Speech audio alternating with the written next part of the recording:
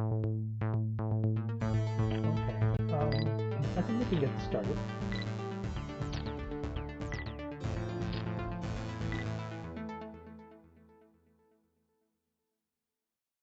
Thanks everybody for joining us tonight. Today we have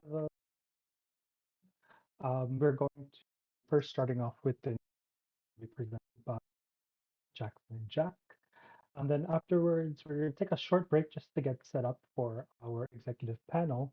And the goal of the panel is really for us as executives to give you an opportunity for the folks who are either new to the club or have been sort of following us for the last, whether it be for the last year or 2 years or however long, to get some insights in sort of how we function. Um, Also to learn about our experiences as executives this year or however long we've been actually involved in the club. So it's going to be a really um, open forum for tonight's discussion. If you have any questions later on or during the panel, feel free to ask either during the chat or if you want to open your mic and ask, free to do so as well. Um, so as I said, it's really meant to be a very open conversation. So keep that in mind. So let's get started with news. Take it away, Jem, Jackson, Jack.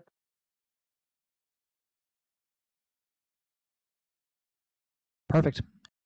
Thanks a lot for that intro, Nash. Very excited for to hear what the panel has in store for us tonight. I guess I'll kick off the news here. Let me make sure I have the right story. I switched around my notes real quickly. This is the browser and the browser attack. Yes. All right. Cool. So, I'll start this off by quickly asking, how would the average user detect if they're being phished if none of the regular signs that we as security professionals teach them to look for, when they're suspected that they might be getting phished? And this is the kind of stuff that you might do with user training in a place that you might work later on, that kind of thing. And with this new attack, essentially, the problem is that none of these things that you train people to look for apply, because this is a whole new phishing vector, which one researcher has devised and is calling the browser and the browser, or BITB attack for short. By using a fake browser window inside of a real browser window, the attacker is able to spoof an OAuth page. And I'll explain to you kind of what OAuth is in a second.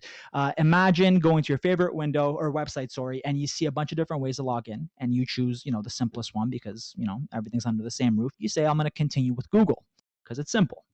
A small little browser window pops up and asks for your Google account information, and it all looks, super duper legit. It's Google. And this is kind of what OAuth is. It's a protocol that makes sure only Google is seeing the information that's being entered. Now, with some masterful HTML and CSS, the browser and the browser technique spoofs that second window. It looks like the real McCoy. You can't really tell that it's just, art, basically. It looks like the real thing.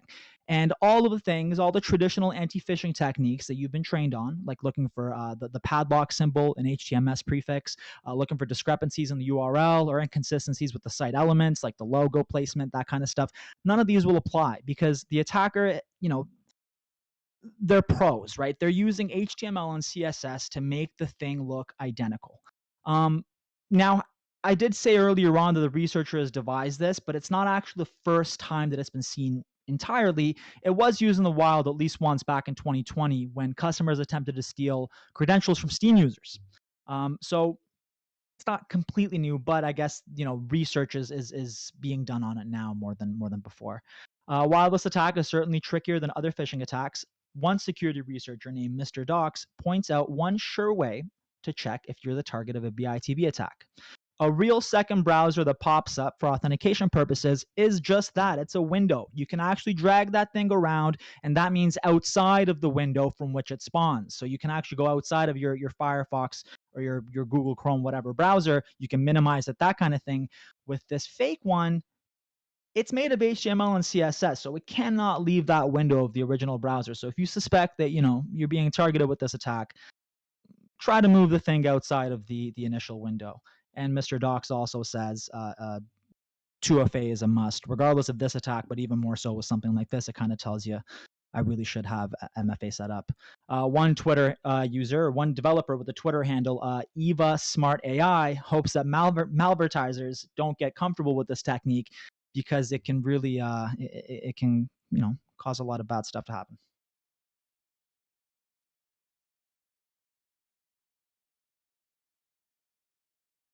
Okay, so this one I thought was pretty cool because it's something you don't really think of as something that could be hit by like a hack or something.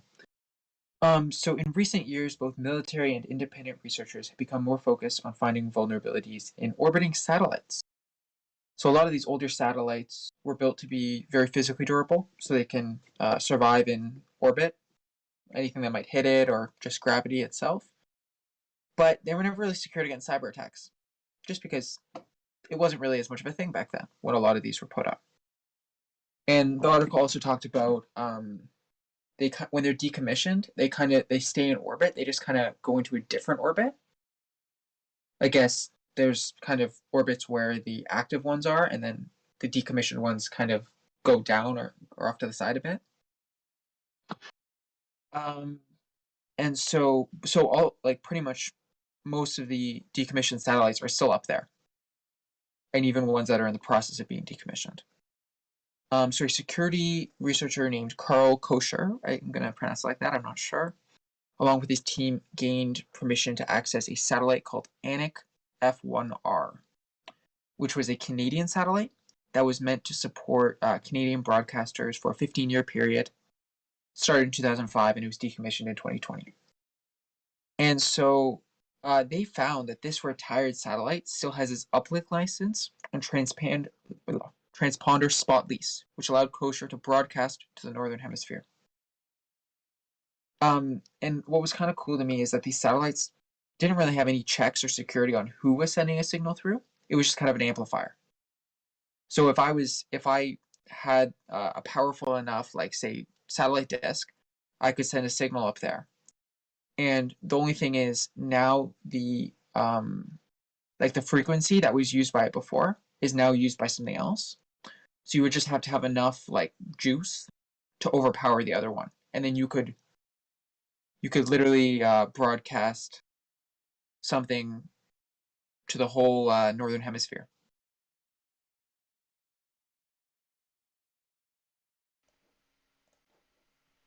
All right, so a new attack has been discovered attacking French private and public industries with the attempt to install a backdoor, which has been dubbed Serpent Backdoor, because the PowerShell script that it uses features some ASCII art, making a lovely little serpent.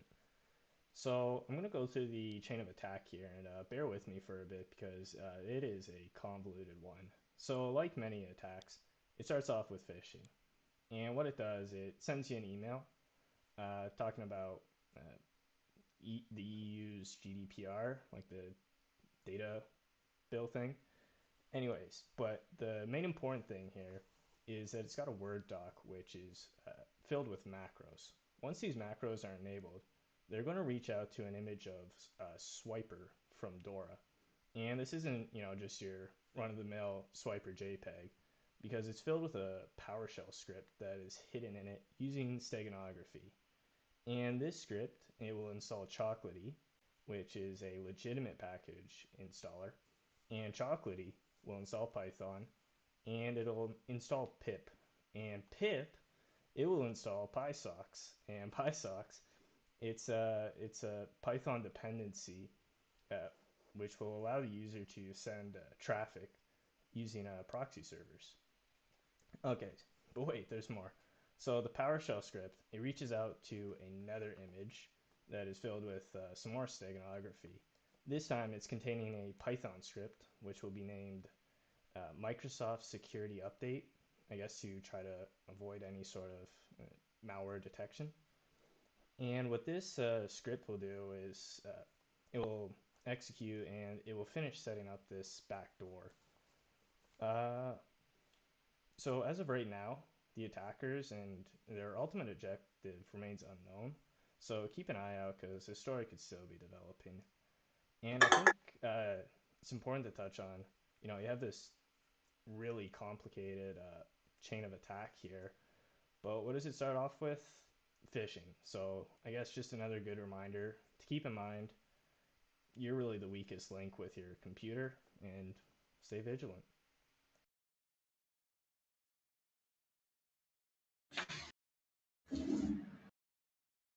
Awesome. With this next one, there haven't really actually been any reports of the attacks I'm about to talk about, but in a kind of foreshadowing way, the Biden administration is predictably warning that the Russian state hackers will most likely be targeting U.S. organizations that provide critical infrastructure.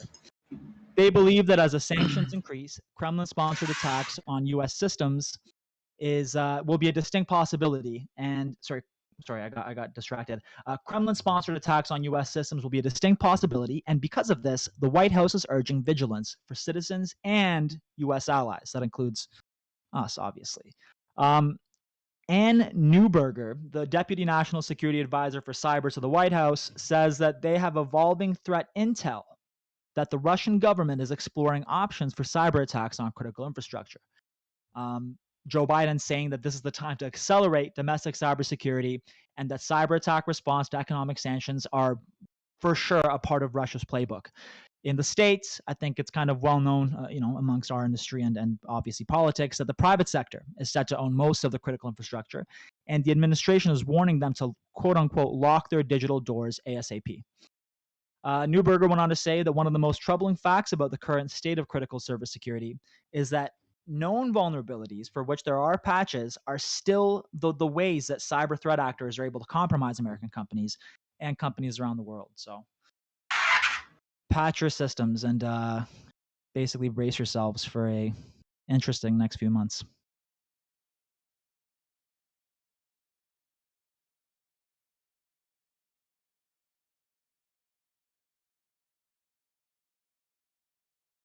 Okay, sorry, I was muted and I did not realize. So I think it was a few weeks ago now, when Russia declared war in Ukraine, as most of you have probably heard. The hacker group Anonymous, as well as a lot of other like cybercrime gangs and hacker gangs, kind of took sides in this kind of cyber war, and an Anonymous sided with Ukraine against Russia. So since then, they have kept up their attacks on Russia. And so various news sources have said that Anonymous claims they have hacked the Russian central bank and are threatening to leak 35,000 files. And these include what have been called secret agreements. So we're not sure what those are, but pretty sure there's something big, like probably something political, some political transactions, maybe bribes, who knows. But whatever it is, they don't want it out. And this is part of an operation called Op Russia, which is pretty much a hacktivist kind of protest action, I'd say, against Russia's invasion of Ukraine. So basically trying to hack them, make stuff difficult for them, to kind of hurt them. Like, I don't know if it'll necessarily stop the invasion or end the invasion itself, but it's kind of thing like every little bit might help. And Anonymous has released, "Now that we have obtained your economic secrets, you will quiver in fear, Putin." So that definitely means that they have some big stuff.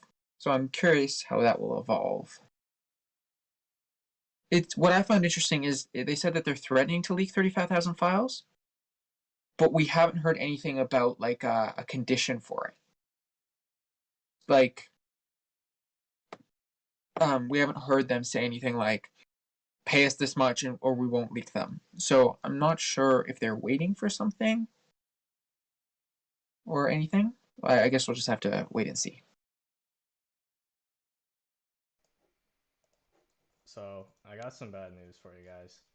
CraftStar cartoon photo tools, it's malware. You guys are going to want to uninstall that. So another malicious app has been found on the Google Play Store, and this one has been downloaded 100,000 times. Security researchers over at Prodeo discovered that this app, CraftSart Cartoon Photo Tools, has actually been stealing Facebook credentials of its users. So the app contains FaceStealer, which is a Trojan And what it does is it will display a Facebook login screen that the users must log into uh, before they can actually use the app. Now, credit where credit is due. Once you give away your Facebook credentials, the app does provide some limited functionality. So I guess there are always pros and cons to this type of stuff.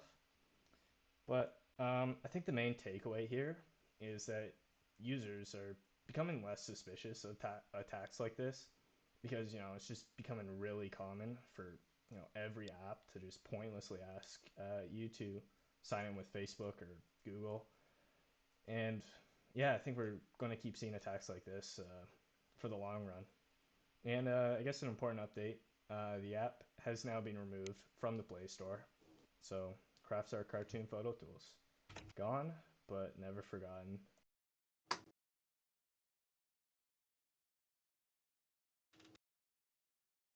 I actually knew that malware was going to come out. That's why I use an iPhone. Boom.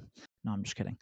Moving on. I guess, yeah, this is a pretty interesting piece of news. If you haven't heard of Lapsus, $sign, I don't know if the $sign's silent, but whatever. If you haven't heard of Lapsus in the recent weeks, I mean, I got to ask, where you been, because they've been making some serious moves. To give you a quick background, the cyber gang has been credited to many major hacks in recent days. Most recently, I believe the most recent one is their Microsoft source code leak. I think it was like 37 gigs of source code or something. They've gotten very popular as of late. They've amassed 47,000 subscribers on their Telegram channel. Unfortunately, or fortunately, I mean, for our side, fortunately, last week, one of the leaders of this gang has been arrested after being named by rival hackers and cybersecurity researchers. So, you might be wondering, who was this major cyber kingpin that's worth $14 million? Well, it was a 16-year-old who lived with his mom in Oxford and goes by the online handle White or Breachbase. Since he's not an adult yet, obviously his legal name can't be released by police officers. His father said he's never heard of any of these accusations, but knew that his son was great with computers, and according to him, he just played video games all day.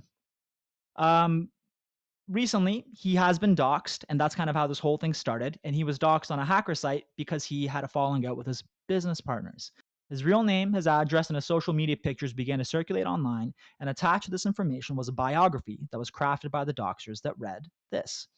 After a few years, his net worth accumulated to well over 300 BTC, close to $14 million.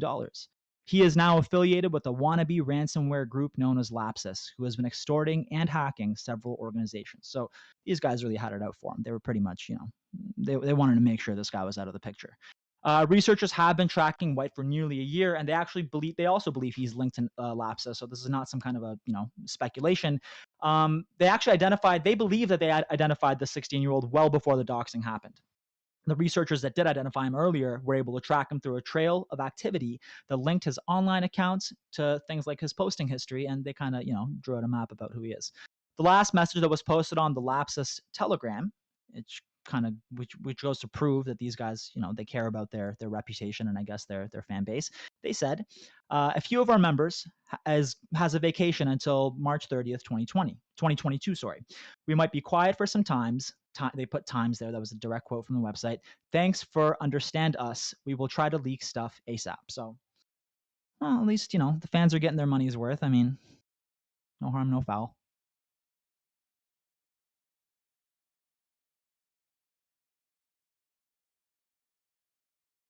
Okay, so crypto stealing malware spreads via fake wallet apps.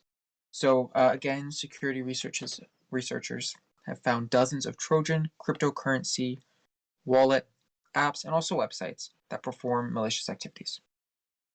So this research group, I don't think they gave a name, found 40 websites tried to emulate popular cryptocurrency sites. So the goal was to impersonate other sites and have them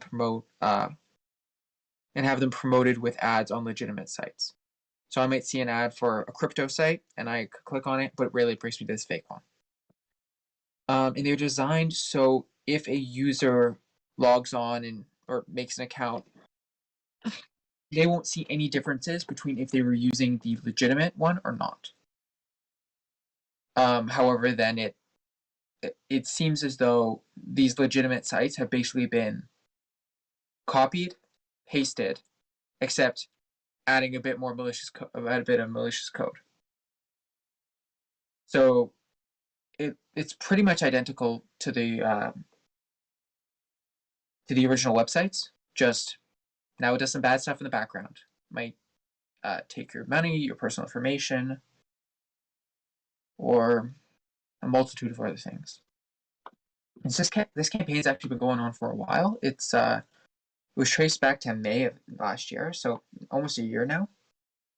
So it's definitely something that's ongoing.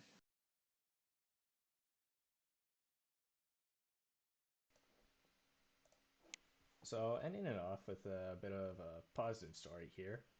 The Canadian Federation of Independent Business has announced that it will soon be launching a cybersecurity academy that aims to help small business owners and employees get a little more aware of their cybersecurity needs. The academy will have training modules that will be based on MasterCard's Trust Center, and the modules, they'll provide lessons on security basics, phishing, fraud, as well as some other topics to help them get a little better with their cybersecurity. Along with announcing this announcement, the CFIB also released a survey which really shows why something like this is necessary. 72% of small business owners are more concerned about cyber attacks than ever, and about a quarter of the respondents said that they saw an increase in attack attempts over the last year. When asked on how they would define success for this program, they said it would be great to get at least half of CFIB members through this training program by the end of this year. And the CFIB, they have like 95,000 members, so the more the merrier, I guess.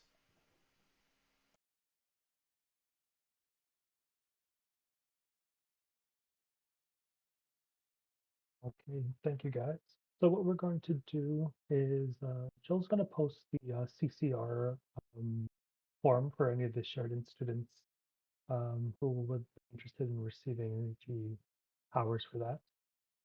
It'll take about a 10-minute break for us to get set up for the panel, and then we'll come back at around, say 7:40.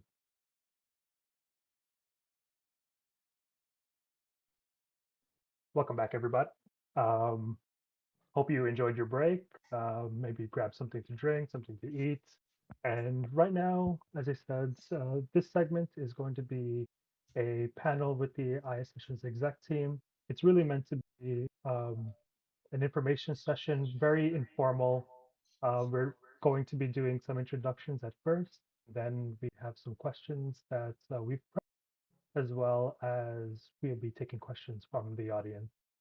So we hope you enjoy. And with that, Jack, you can go ahead and do the big reveal.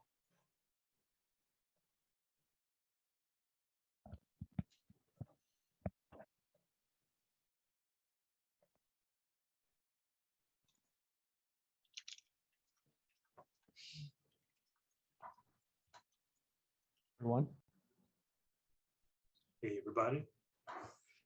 So I guess the way we sort of anticipated doing this was we are going to be starting off with introductions. First off, I'll hand it over to Christian, who is our content manager, to lead it away. All right, perfect. Thank you, Nash. All right, so I guess I'll just start off with hi. My name is Christian. I'm the event coordinator for this year's team. Before I begin and talk about the role, I want to talk a little bit about my experience through ISSessions and what got me in. So I graduated from Fleming College in April 2021 for my advanced diploma, and I was going to go over to Ontario Tech to get my university degree done. But before that happened in March, as I was actually one of the participants at the ISSessions 2021 CTF. And after seeing, how much dedication and how... Gotta stop you. The sound isn't coming through the Discord, I believe. Do you have it unmuted? Wait, hold on. Let me restream this. Is your stream muted? It looks like it's muted. No, I think he's sharing his screen. Yeah. Because I have it. Oh yeah, you have to share like everything, I think, or the application. Yeah, this will be the application. Yeah, let's retry that. Do you have to turn on your mic? I don't know. So Maybe maybe let's it's- redo It was a that. good, Okay, it's it, good it now. was a good opener though. It's I good now, liked though. All right, We've I got think we're good echo. now. So now that we're all good to go, I guess I'll just restart everything I just said. So hi, my name is Christian. I'm the event coordinator for this year's ISSessions team. So before I start and talk about my role, I want to describe a little bit about what got me into the club. I graduated from Fleming College's Computer Security and Investigations program in April 2021 with my advanced diploma, and I wanted to go get my degree. I was originally set to go to Ontario Tech to do my degree and bridge over to there, but I was one of the participants in ISSessions 2021 CTF, and for those who don't know about the CTF, is every year we host a CTF, and this year we also had one at the beginning of March. And from last year, I just love seeing how much effort that there was. Just it was a student-led effort, and from our experience with plenty of with me and the other Fleming guys, is we had such a great experience, and we loved it so much. And in my case particularly, I wanted to associate myself with Sheridan, and I wanted to be a part of the club. So when I applied to be an executive, I wasn't even actually a Sheridan student yet. And pretty much, interview went well. Obviously became a member of the team. And from there, it's been amazing. So pretty much for the past year, what I've been doing is I've been leading the content team. The two main things that you'll probably notice that we are in charge of is the workshops that we do and responsible for our segments that we've done. We've tried to make it more interactive this year so that way people could kind of play along and have their voice in these sessions because it's usually around 2 hours of just speaking. I wanted to make sure that there was some break and people could put in their input in there. So we did, things like Jeopardy, discussion night, practical protocol practice, which are some of like a couple of the ones that we've done. And personally for me is I have zero regrets about coming to Sheridan and especially coming to do the club stuff because it's been amazing. You may have summarized from what I was saying is I bridged into Sheridan, which is why I'm a third year, even though this is my first year at Sheridan. And I didn't know anyone going in aside from maybe my little brother who's in the same year as well. But it was daunting. So the sessions was a great way for me to meet new people. Not only are the team that I've worked with amazing and extremely intelligent people, but they're people who are dedicated on being a part of the field. And there's so many different personalities that it felt right away that I was welcomed into the school environment, and I got to know people who care so much about this industry. And personally for me is I even got my co-op out of it with one of our sponsors, KPMG. And I can tell you right now, at least for everyone else in the club, it's either for at least our third years who are looking for co-op, they're either working for one of the big four consulting firms or they're working for a cybersecurity firm. So, the way that it's helped me and our teammates has been doing great. So since I've been going on for a while now, I'll now move it over to Jackson to explain the content creator role. Yeah, so like Christian said, my name is Jackson, and I was a content creator this year. So this year it was a team of 4 of us, which included me, Hashir, Pablo, and Chillin, and Christian was our head. So one thing I really liked about being a content creator was it was very kind of open-ended. Like it was just kind of, we're gonna do some workshops, and we're gonna do some segments. And within those, we could do whatever we wanted pretty much. I remember in our first meeting, Christian basically said, like, I'm going to be the content head, but like, I'm not going to like say what we're going to do. Like, it'll be like your ideas pretty much. So we had some great discussions and we kind of talked about what we wanted to do, some kind of segment ideas, some workshop ideas. And we actually had like a huge, basically a huge page with all of our ideas on it that then we could kind of go through. As for being part of the content team, I think like Christian said, mostly it's the segments and the I'm blanking, and the workshops. So for the workshops, we kind of did some work. We planned what we wanted to do, and that was kind of more of a hands-on thing usually. One thing we did for those is decide what the difficulty was. So our Python one was more beginner friendly, and our obfuscation one was more advanced. And depending on that, we kind of took some more time to do it because for the advanced ones, a lot of the time we have to learn it. So if you want to be a part of the content team, I'd say don't worry if you don't know enough. There's a lot of research, a lot of learning as we go. I didn't even know what obfuscation was when we started our obfuscation workshop. I'd never touched PowerShell. And by the end, like, I learned a lot. So if you're willing to learn and you're excited to try new things, I think it's a great fit.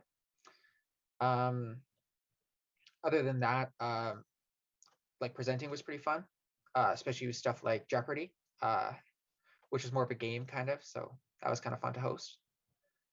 And yeah, other than that, I just really liked the part where I'm learning and I'm helping other people learn. So it's kind of nice to give back. I think that's pretty much all I had to say for that. And now it is, I forget who's next, but I'll check. I think it's me. Yeah, I think so. Yeah. Hi, so my name's Connor. I was the CTF coordinator this year. So we were a little bit of a smaller team. It was mostly myself, Kyle, who's also in here. He was our infrastructure developer. Min, who is not with us right now, he was a challenge developer. And then we also had John, who was as well a challenge developer. So, I mean, for getting into the club myself, I actually, last year, probably about, right around this time that we're at right now, I actually, I sent an email to our program coordinator, and I asked, how hard would it be for me to swap into mobile computing? Because at this point, I didn't feel like I was really learning anything interesting to me about security, and I wasn't super thrilled with the program at the point. And then I participated in the ISSessions CTF last year. I did a couple on my own, and I was absolutely just blown away, by the quality of the content that this club puts out and how absolutely phenomenal the event was last year. I couldn't believe it. So I applied to be an exec. I had a bit of, other club experience from other stuff. I was the president of the Sheridan Esports Club for a couple of years before this. If any of you were ever a part of that, you might recognize my name. But yeah, and I am super happy with my decision. Obviously I did end up staying in ISS. I did not make the swap to mobile computing. And the CTF has been an extremely rewarding experience. It really got me the hands-on, kind of technical, more specific stuff related to the areas of security that I know that I'm interested in that I wasn't really getting from our classes. So for my role, I was, as the coordinator, as with most, small teams or kind of like a startup environment, everybody does end up doing a bit of everything. As the coordinator, my main role was kind of being almost like a project manager of the event, I think is the easiest way to describe it. And I think it's important with these kinds of stuff is when you hear the word manager, you kind of think of like a boss, but that's not really the situation that it is. As that kind of role, you're in charge of supporting everybody else on the team and making sure that they are staying on track and that they have the stuff they need. You're not necessarily, giving them orders or telling them that they need to do stuff a specific way. You're just supposed to be helping to manage the project, which is essentially what I was supposed to do. So that included stuff like coordinating sponsorships as well with all the companies, Mandiant, Trend Micro, Deloitte, Bell, KPMG, which was honestly not nearly as spooky as you might think. Managing the sponsor stuff is actually, it almost does it itself. There's not much you have to do for it. But I also worked with the challenge development team, and I developed a lot of challenges myself, which, if you are at all interested in security competitions, this is an amazing opportunity for you because our whole focus with the event is to be extremely beginner friendly. You don't have to have a lot of experience with CTFs, to join the team. As I said, I really didn't have too much experience myself. It would definitely be good if you do have some, and you will have to, participate in some throughout your time when you're on the team. No, my camera's or whatever. You'll have to probably participate in some on your own time while you're on the team, just to kind of help you get ideas. And that is something to keep in mind. As long as you're willing to do that kind of stuff, there's definitely a place for you. So then also we had Kyle, who was the infrastructure developer, who was in charge of managing. What's going on with my camera? It's supposed to be blurring the background, not your. Yeah, I don't know what's going on. It just randomly blurred everything. Whatever, maybe it'll fix itself. So Kyle was in charge of infrastructure, which is a pretty daunting task because I know a lot of people don't really have too much experience with that kind of technology. We used a Google Cloud Platform for a lot of our stuff, which includes hosting all of the web challenges or hosted challenges, just Netcat stuff, SSH stuff, that kind of stuff, as well as managing the CTFD platform. So, I mean, if you're at all interested in infrastructure or cloud stuff, definitely stick around and definitely send a message to Kyle even after this. We are going to be talking a bit more in depth later on, and I'm sure he's going to be talking a bit about his role. Yeah, that's the main stuff with our team. And it's been an absolutely amazing experience for me, and I cannot recommend it enough. You killed it, dude. I don't know who's next, but whoever's next. Oh, and now my camera's fixing itself, of course, as I finish. I believe it's Jill next.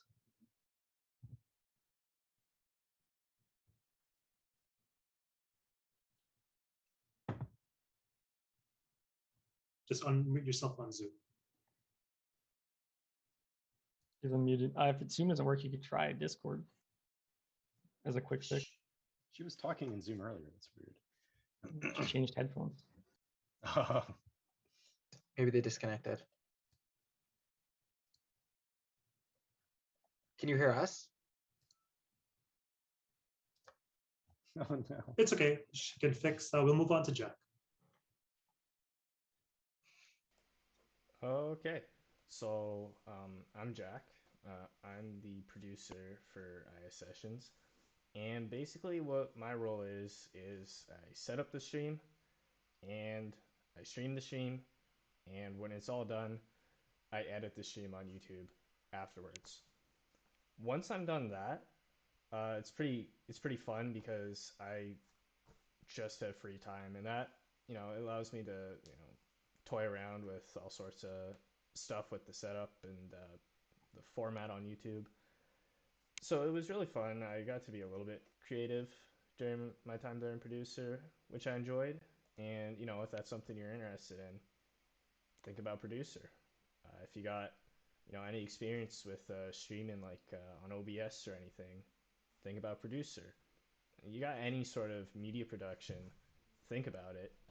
Or if you don't and you're just really interested in delivering a good experience, think about producer. I guess that's my elevator pitch, and I'll hand it off to the next Let's see if Jill's mic is working. Okay, can you hear me now? Perfect. Yes. Okay, hi. For everyone who doesn't know me, I'm Jill. That's annoying. Mute on Discord. Make sure you're muted on Discord.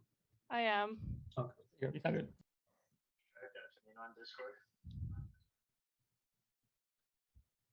Is that better?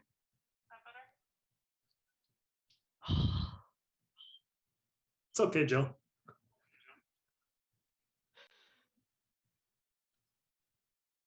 Go to the next person. Yeah. Or maybe try to leave Discord.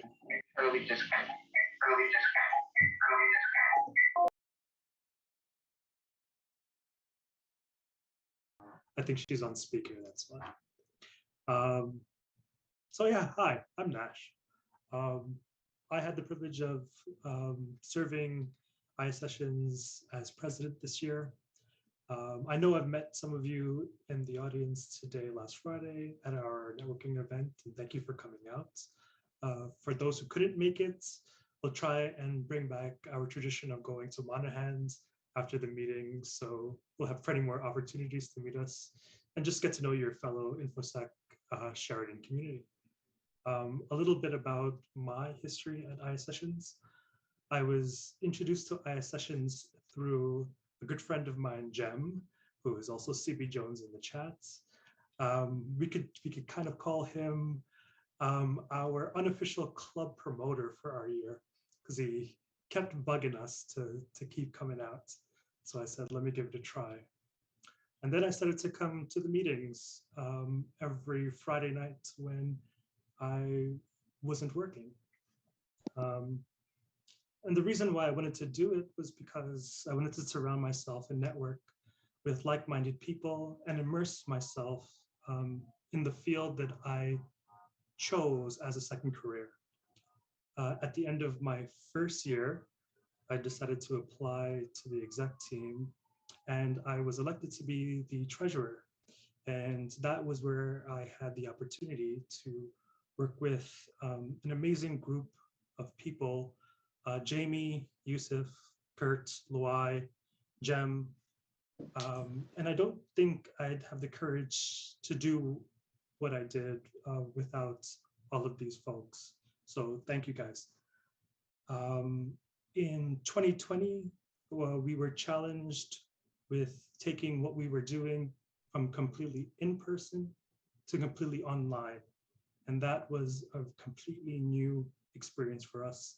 And I think without that background that was built, we definitely wouldn't be as successful as we were this year.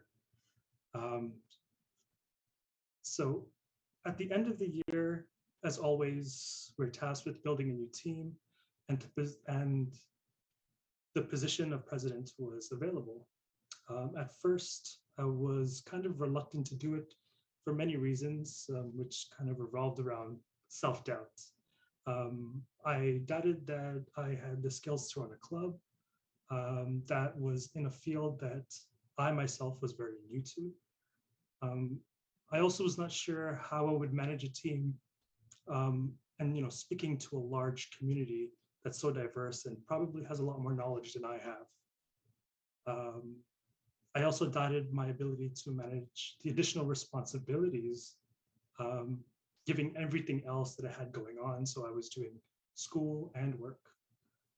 I doubted whether I would be able to manage a team that would be able to keep up with everything that was done in the previous years. But regardless of all of that, I really wanted to give it a try. So I had an old friend from my previous work. He was a physician, and he recommended the thing that everybody sort of recommends, make a pros and cons list. And so I finally did it. I made sure I basically wrote down all my pros and all the cons, regardless of like how ridiculous it may have seemed if somebody was like reading my list.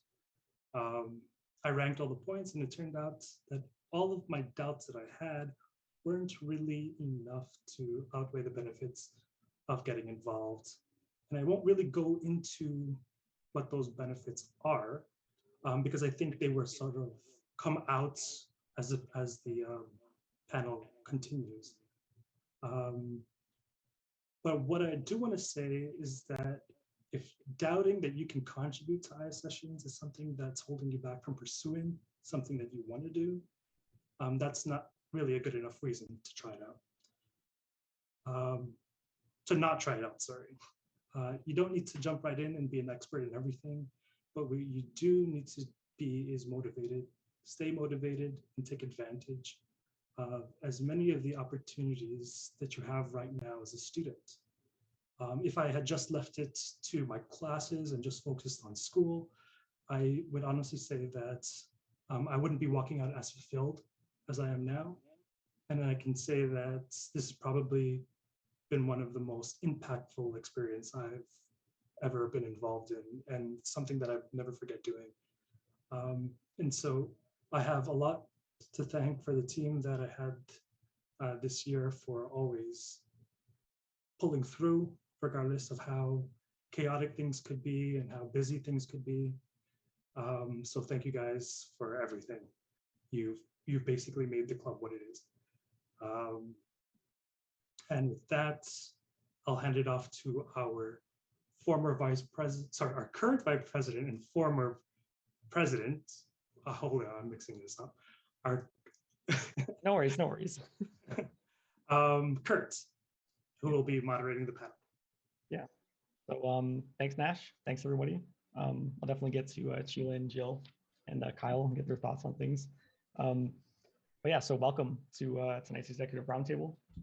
So as Nash mentioned, my name is Kurt. I'm the vice president of ISSessions.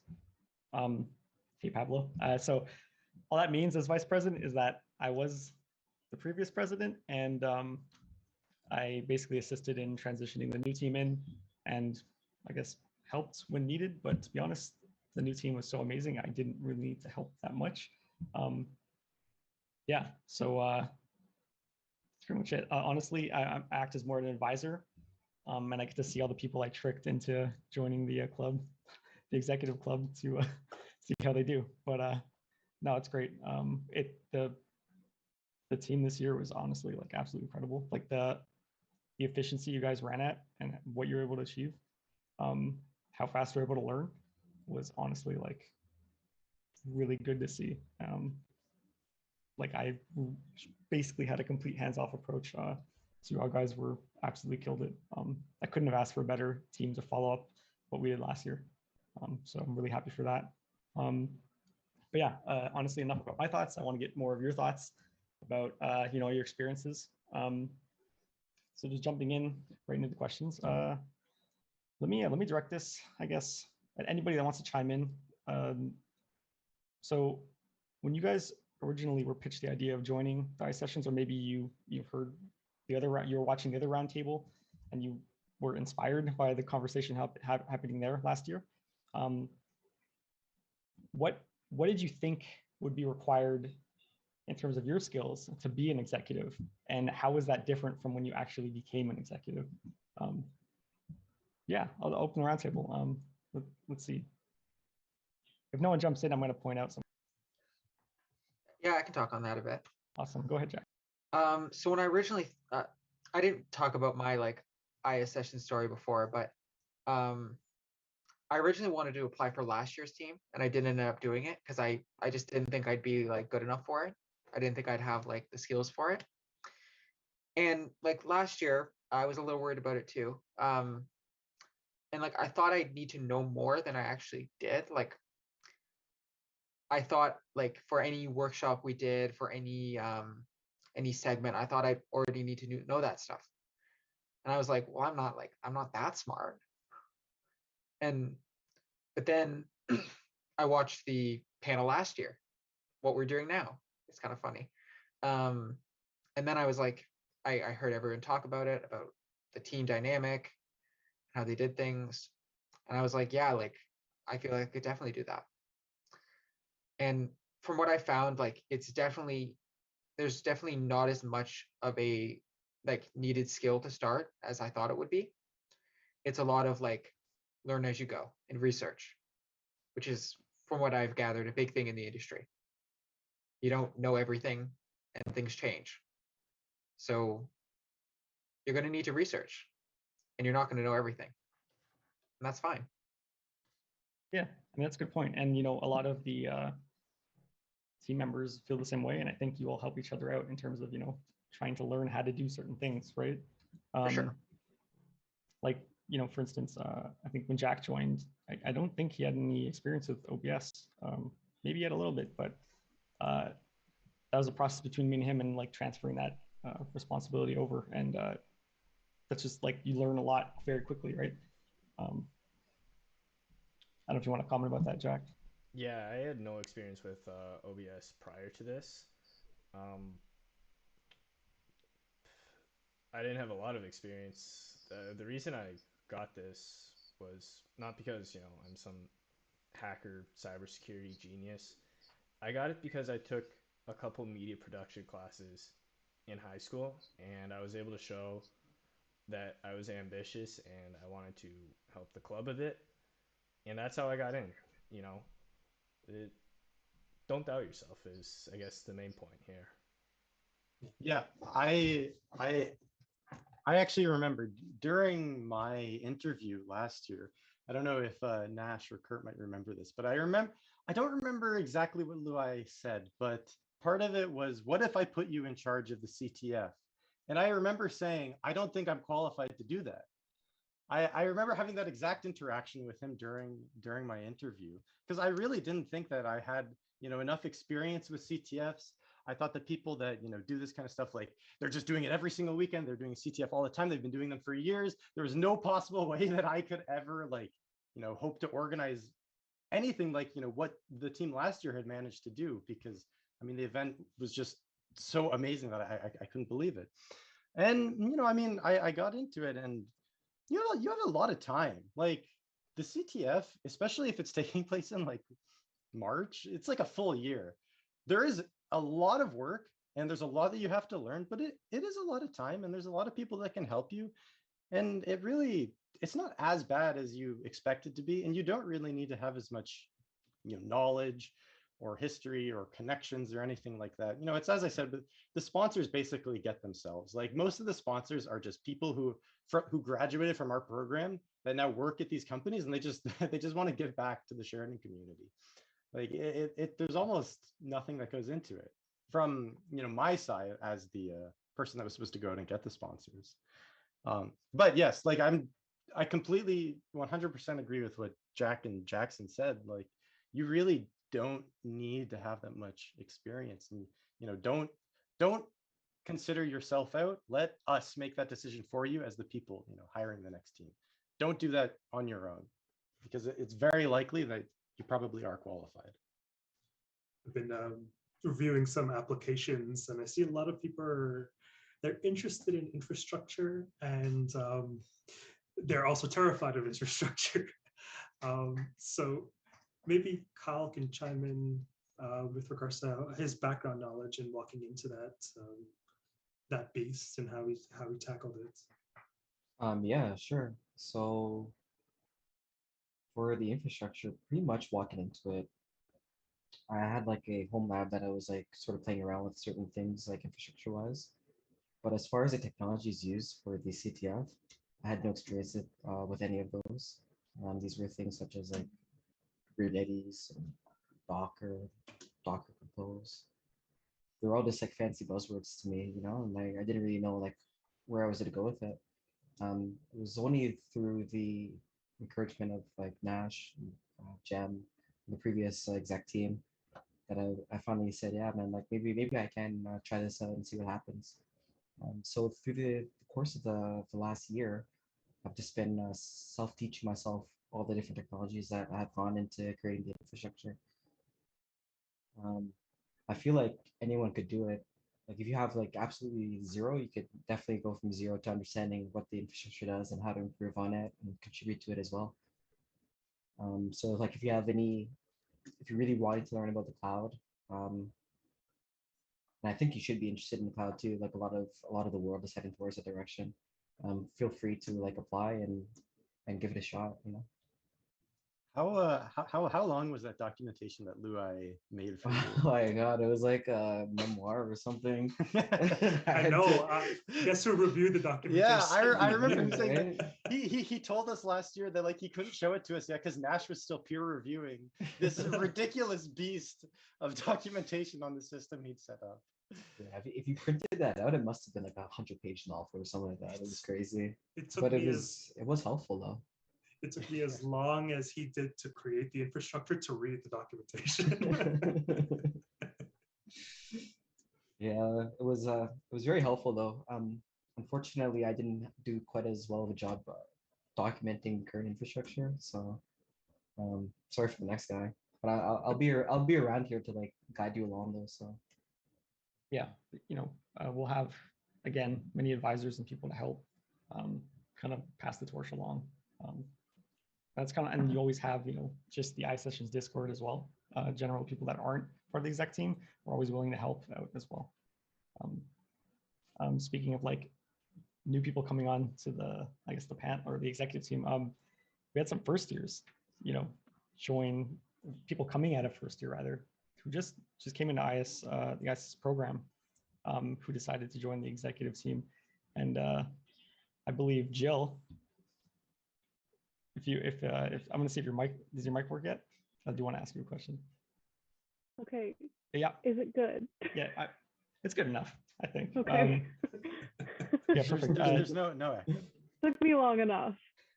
Yeah, so Jill, our community manager, she was I remember correctly, you're very hesitant. You weren't hesitant to join, or you were hesitant to join, I think. You were a little bit scared, like Kyle mentioned, of responsibilities and like what that would entail. So I wonder if you want to talk about that a little bit.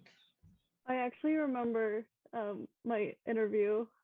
I went all like single white female, just because I remember I applied solely to just be like, look, you have no girls on your team. Like, you need to have girls. Like, you need the representation. You're all just a bunch of guys. Like I'm alienated. Like, I hate it. And then I think that interview was just me trying to like be like, you guys are the worst. And then I got it, and I'm like, okay, they're not the worst. Well, it must have left an impression. We hired 2 girls. Yeah. You know what? Job well done right here. But yeah, I was pretty hesitant just because I am very introverted. So like becoming the community manager where I have to like stand up in front of the first year classes and be like, come join ISSessions, and like basically being the person who puts out all these announcements, being like, come to our sessions, like this is what we're doing. It was very daunting to say the least, but I'm getting the hang of it a year later. Good. No, and like, would you say that it helps build you like self-esteem to like be on a platform like this and, you know, go out in front of people? Because in my case, I definitely felt that. I remember my first few times, you know, hosting the sessions, I was very, if you go back and watch or listen to the videos, you could tell my voice was kind of crackling and stuff. Like I was kind of really nervous, even though it was all online. But yeah, I felt that, you know, coming on, being part, talking to people, it really helped me, I guess, become a little bit less anxious about, you know, doing public speaking type things. Like I'm definitely still anxious, not gonna lie, but it's gotten better, and it's kind of helped that like I got a job as like a server, so my job is literally to talk to different random people all the time, so it's getting better. That's good. Yeah, okay, glad to hear that. On the flip side, if you don't want to break out of your shell and talk to people, think about producer. Well, producer, yeah, good point. But I guess, you know, another aspect of this is we're kind of a team, or we built a team that you're constantly talking to, and you make really good friends. To be honest, like some of my best memories of this entire school have been the friends I've made, and programs and what you learn that's all great, but like it's really the people you meet that kind of is the standing part of it. Yeah, so I guess let me ask a question to, let me see, Pablo. Yeah, don't give that look. No. Pablo's Already. lurking. I remember seeing Pablo in the Discord a lot, right? And he was pretty active, I'd say, but in the sessions chats and, you know, being a part of the community. So I guess did joining the exec team live up to your expectations? Are you Dude, how do you feel? you don't How do you feel you now? don't understand. Like I've been at Sheridan since 2017. I did the computer programming diploma, and it was cool. It was fun. Like I finished it. But one of my friends like, yo, Pablo, check out this club. And I think this was when Lua was president. And that's how long ago. And I remember sitting there. I was the only person there by myself out of not an ISS kid because everyone's like, oh my God, how'd you do crypto? How'd you like everyone's talking about their courses, talking about co-op, talking about capstone. I'm sitting like, whoa, this is like way out of my league. I just want to code in a room and that's it. But and the really thing that motivated me to join this club and then join the program was the relationships you made. Like the relationships that I got to see in class, that I got to see in that J building, with obviously our coordinator, teachers, and the other students among first year or fourth years is something that I didn't really experience that well in my other program. Like, yeah, I had my close friends, but that's about it. I didn't talk to first years. I didn't talk to alumni. I didn't talk to professors as much as I did now. And the fact that I'm here now on the other side, that huge accomplishment for me, especially knowing that I said, what? This is just like way back then. I'm like, Pablo, you're gonna get some merch. You're gonna get a hoodie with ISS on it, and you're gonna have your last name and the year you're graduating. And I told myself, like, you're not gonna get that hoodie until you're part of the club and you finish. So knowing that I'm on that final stretch of finishing this program, and the people I got to meet will definitely be a memory that I'll probably never forget. Because the people that I see right now, and even the people that fortunately weren't here, that aren't here, I couldn't be thankful enough without them. Like, they made a big impact on my sharing career, and even my classmates, first years, second years, and the teachers. I'm happy I'm here. So I'm I don't know. I can't say another words. I'm just emotionally, I'm thankful that I got this opportunity to go out of my reach, coming from a different program to a new field that had little to none, like little to no nothing, to now being confident in the field and being able to hopefully guide other people to the right direction. Happy you're here too, Pablo. Yeah, we're glad to have you, man. Yeah. Speaking of like being really confident in your field and this club being a part of your life, I want to shoot it over to Sheelan, who came in as a third year on co-op. So she became an executive while going to co-op. And she mentioned that it was easy peasy.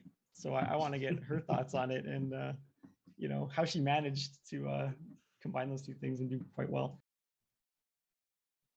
I didn't say it's easy peasy. Okay, my bad. Okay, you can clarify if you. I say it's easier than doing at school. Okay.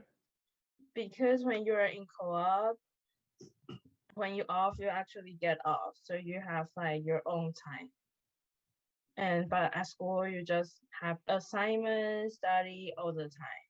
So so regarding to time management, doing co-op and exact at the same time is easier. So it's not easy peasy. It's never easy peasy. Make it look easy peasy. But okay, yeah. I mean, so, did you think it was going to be that way when you first joined? Like, especially because wouldn't that be? It's not a kind of like that'd make me nervous going into co-op. These two new kind of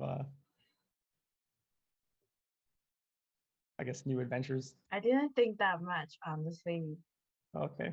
Did we just convince you? Yeah. I just do it, and like I think I will manage it. That's it. That's good. Is that your advice for everybody? Just do it. Yeah, do we try it, right? Yeah. Okay. I agree. One thing I just kind of want to add in there a little that I was thinking about was because we start off during the summer with the new team. So that kind of gives you like a few months to kind of figure things out, kind of figure out where your schedule is going to be. So if you're starting a new job, ISS won't be that heavy at the start. Like if you're on the content team, we do one meeting a month during the summer, and we don't it's not as frequent. We have to do things. It's more like we're planning stuff for what we're going to do in the year. And I'm not sure if I can talk for the content or for the CTF team, but I imagine it's somewhat similar. Yeah, I mean, for us, like we should have done a lot more work in the summer than we actually did. And I mean, that's definitely advice that I'm going to be passing on to the next CTF team. It was a bit of an unlucky situation for us just because Min and I were both working full-time jobs, and we were all on like almost completely opposite schedules. He was working like crazy late hours at a vaccination center, and I was working sales like during the daytime. So there was virtually like no time throughout the week that the two of us could meet up. Min was working like 35 hours a day at one point, and it was crazy. 35 hours a day? In a day, wow. Yeah, he was a crazy worker.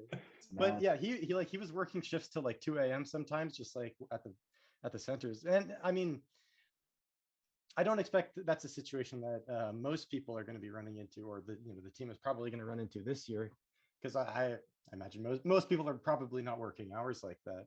But yeah, like I would definitely agree. Like there's a lot of time, and I mean there's not a crazy amount of work during the summer. For sure, the biggest is around the CTF itself.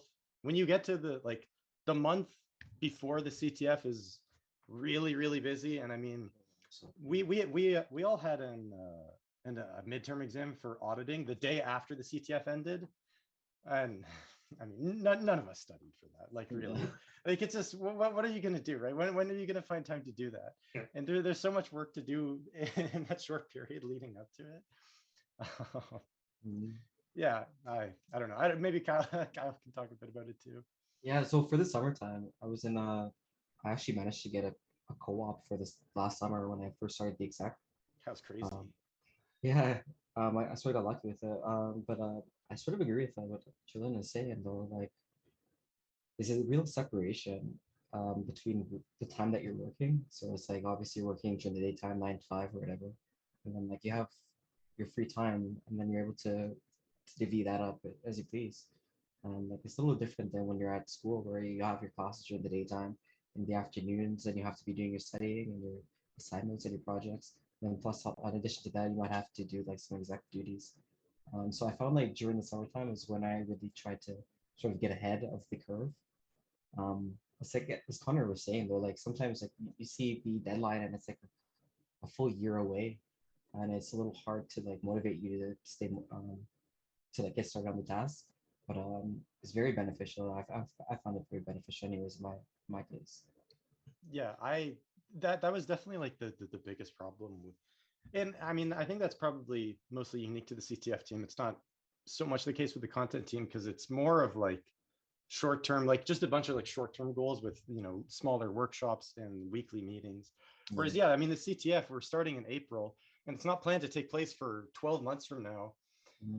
It's really hard to like divvy that up into like actionable tasks and like specific deadlines that you need to hit because there's so much that needs to happen between having nothing and having a complete CTF, with all these sponsors. Like there's so much that it's very hard to know what you need to figure out. And yeah, and it's very hard to motivate yourself because you don't have the same sense of urgency because it is, it's so far away. It's yeah. Yeah, there's a lot of like project management skills, I guess you gotta learn. Oh yeah, yeah. And and just to add to that, for the next exec team, nothing is set in stone in the way we work, right? In terms of having biweekly meetings or having a yearly CTF. We could maybe have smaller CTFs. We could maybe have weekly or maybe monthly meetings with different types of content. That's all up to that's all up to the team. There's nothing, there's no rule book really. It's just something how we've kind of been working has just kind of been like what the last team has done, and we kind of maybe modify it a bit. But yeah, just so if you have new ideas or there's things you want to add, please feel free to like let us know or become part of the team and then help us implement them. That would be we love fresh ideas.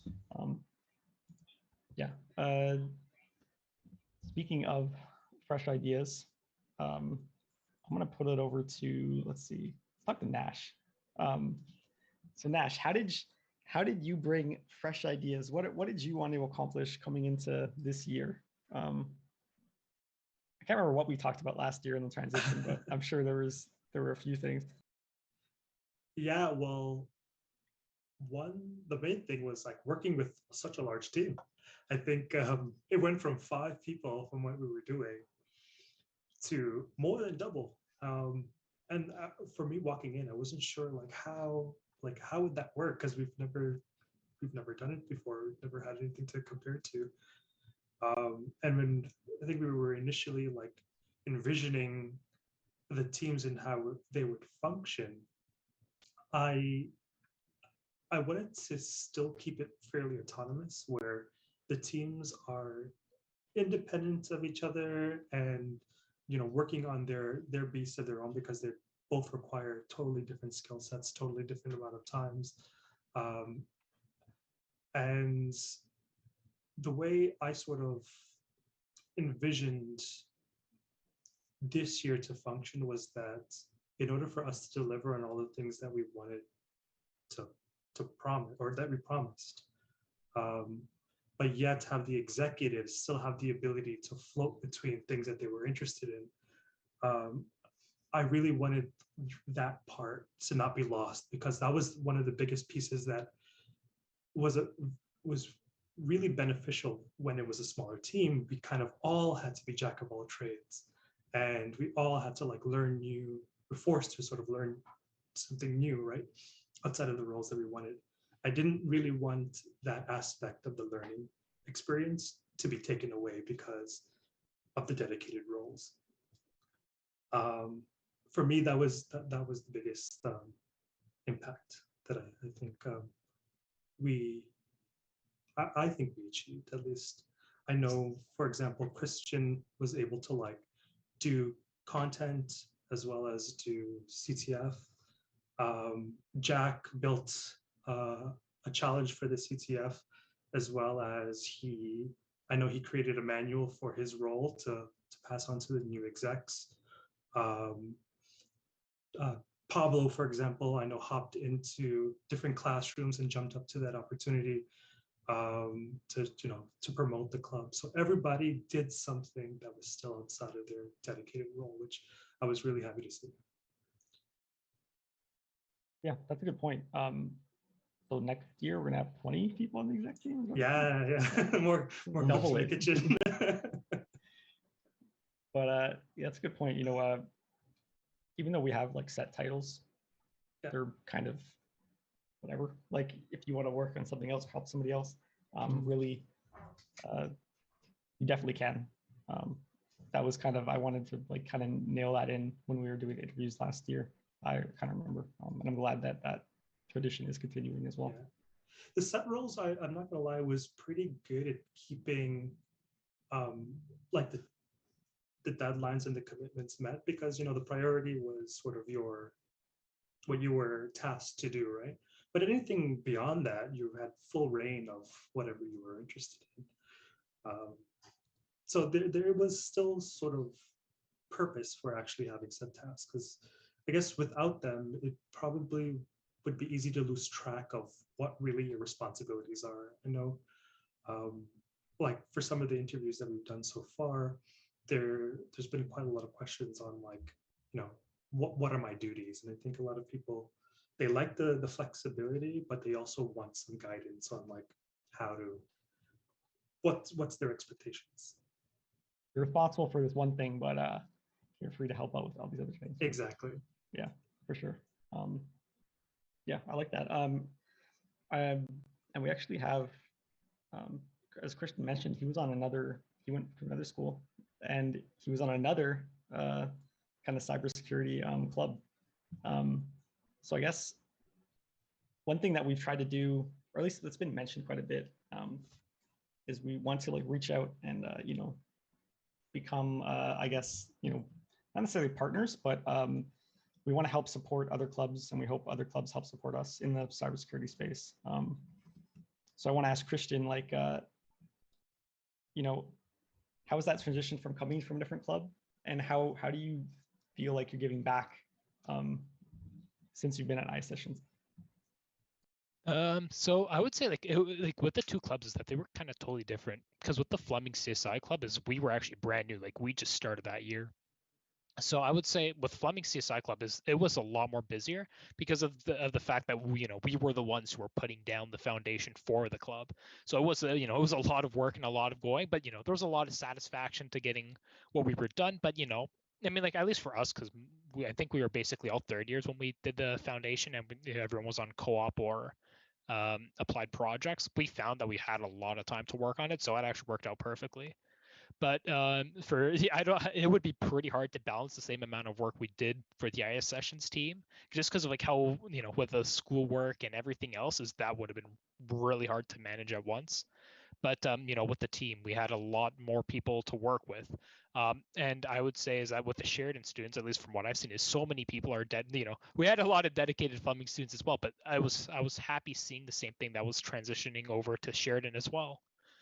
And then I think one of the main things that I like doing with reaching out to other clubs is seeing kind of how they specialize, seeing what other people are doing. So for example, at Fleming, a lot of us were really strong on forensics, but no one knew anything about offensive security, or a lot of people were extremely weak when it came to programming.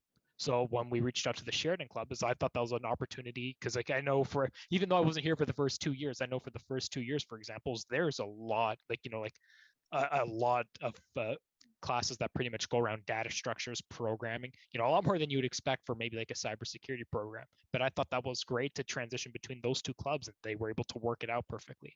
I found that a lot of the or at least a lot of the Fleming people were able to learn a lot from the Sheridan people. And I found that a few Sheridan people were able to learn some forensic stuff off of the Fleming people. And, I feel like kind of when we transitioned to our CTF, is that we got to see the strengths of not just like schools in Ontario, but all of Canada. And I could be wrong here, but I don't think we've ever really done that with them, or the club's ever done that before. And not only was it just like one other province, we were, I think, 5 provinces total. And it was just an amazing opportunity to see like how different schools kind of practice cybersecurity. And I can tell you, I joined every single club, both that we have sponsored and the ones that maybe I've learned through CTFs and everything. It was just interesting to see how people were doing different things. It was interesting to talk about and seeing how what people focused on, how they try to learn things within their clubs. And I thought it was amazing because with the ISSessions club, we were able to share with those guys. Those other clubs were able to share with us. And from there, I felt like we were just kind of building like the entire Canadian post-secondary cybersecurity kind of, like, I felt like we brought each other up, and I felt like everyone benefited from it, and that was amazing to see. Said Christian. Yeah. Pardon? So well said. And I just felt like we've always needed like a way for all Canadian post-secondary institutions to kind of have a way to communicate with all of each other, and I feel like with Sheridan we really accomplished that this year. Yeah. But yeah. No, that was awesome. Yeah. And that's actually a really good point. And that's what I've noticed as well, is that all the cybersecurity programs across Canada really have like different strengths. It's something you don't realize at first, and I didn't realize when I was applying to any programs. So it's definitely good to get all those perspectives that you mentioned. But yeah, how much time we got left? About 30 minutes. I'm gonna open it up. Is there any questions that you guys have for each other, or because I know Pablo's roaring to ask questions. So awesome, perfect. I think I know the first question. No, what is it? Yeah, I know it too. I think does it have the letter? How should I just? Is the first letter of a word A? A. Hold on, I'm blanking. Did you ask this question earlier today? You did. Was it? Okay. So, okay. That was the better clue. Okay. Guess the only question is to keep it fun. This goes out to anyone. If you could be any creature, what would it be and why? Connor's hating this. Creature. Creature instead of animal this time. Hold on. That means you respected Connor's request last time we talked about this. I remember Connor was like, "Oh, don't ask me what animal would I be?" I just said, "Don't ask me this question." That's all. All right, well, I guess I'll go first. So, wait, did you want to go? All right, go ahead, Nash. Sure. I'd be a turtle. So, why? They're like the epitome of like slow and steady wins the race. I don't know. I kind of liked it because I'm a mature student, so that means I didn't take the conventional path. Turtles are very wise. Exactly. And have you seen them swimming to the ocean? Those guys don't stop. They just keep getting knocked back and just keep going forward. Nice. I'll go. I'd probably be like a house cat. It's Not literally a barn just cat? no. God no. I need the luxuries of, like my little cat tower. Um, it's just because I like do certain things that I don't know. It's not as weird as it sounds, but like I do things that are kind of like cat-like, I guess. Um, like I'll come out when I want attention, and then if you like give me like if you're like want to talk to me and I don't want to talk to you, I'm like no, none of that. Um, and I will sleep for an entire day if I can. Well, moth, because I got this TV that's really bright, and I can always like stare at it. That's it. I'd want to be one of those shrimps that can see like, colors we can't see. I just kind of want to see what all the hype's about. See if they're good. Yeah. What is that shrimp called? I forgot. I know what you're talking about. Pistol shrimp? Oh man, it's the one that sounds punches. like it. Pistol. The shrimp from Shark Tale. Might be. I haven't watched that in a while. In order to blow people's minds with this one, is I want everyone to just like close their eyes and try to imagine a color that's never been thought of before. I've or that tried you've this never already. seen. It doesn't work. It's like impossible. Trust me, I've tried. You say imagine a color that has never been thought of before? Yep. Yeah, Try to do, because we know that there's more spectrums of light than because we only see a very small part of light, so there has to be more light. So now try to and like here's another way to think about it. If someone's colorblind, they've never seen that color before. Right. And they're perfectly fine living day to day that they've never seen that color, and the only reason why they know that they can that color even exists is because other people can see it. Right. So I know that there's even been, I think, a woman who was able to see, like has like a fourth prism in her eye or something like that, and she's able to see the spectrum of light. A lot of women actually. Yeah, So exactly. genetic defects. Yeah, so they're seeing a color that we can't see. So now try to take your time and try to imagine that color that they're seeing. You can't do it. Imagine how crazy that would be, though. Like if you're the only one who can see a certain color, and like everyone else just thinks you're crazy. Like you're like, but the color actually exists. They're like, oh, like I'm wearing a green shirt. And you're like, that's not so. How you know it's not green though, right? You What don't know. colors are we not seeing? Because like, doesn't everything have a color? Like, what are we missing out on? Plastic doesn't have a color. Got really deep. Oh, I like how Roundup was turned into a discussion about colors. Theoretical colors. Violet is a color, right? So like certain creatures can see that. And there's also so last year we used to play this drawing game. I forgot what it was called. All the time with the Exec team. Laffy Dry. That was it. Played it a few times this year. Oh man. And Luai had to draw dice. Oh my god, the dice. And